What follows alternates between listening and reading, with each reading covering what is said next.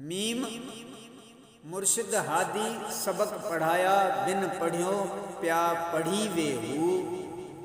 अंगलियां विच कनां दे दितियां बिन सुनियो प्या सुनी वे हू।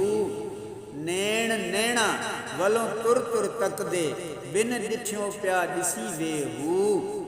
बाहू हर खाने विच जानी वसदा कन सिर ओ रखी वे हो।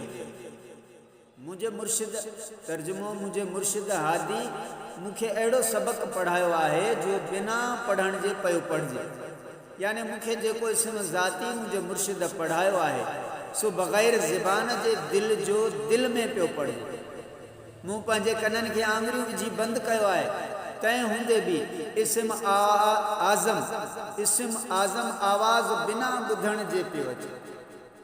महबूब जी अखियुनि खे मुंहिंजूं अखियूं मुसलसल ॾिसनि पियूं, इहो नज़ारो बग़ैर ॾिसण जे नज़र पियो अचे। ऐं बाहू उहे कन अखियूं ऐं सिर रखिजे जो हर खाने में महबूब हक़ीक़ी जो जलवो नज़र अचे। मतिलब त इंसान जो क़ल्ब एतिरे क़दर त ख़ुदा ताला ॾे रुजू हुजे जो इंसान जो हर खानो दिल व दिमाग़ ख़ुदावंद ताला जे जलवे ऐं जमाल खे पियो ॾिसे ऐं पसे।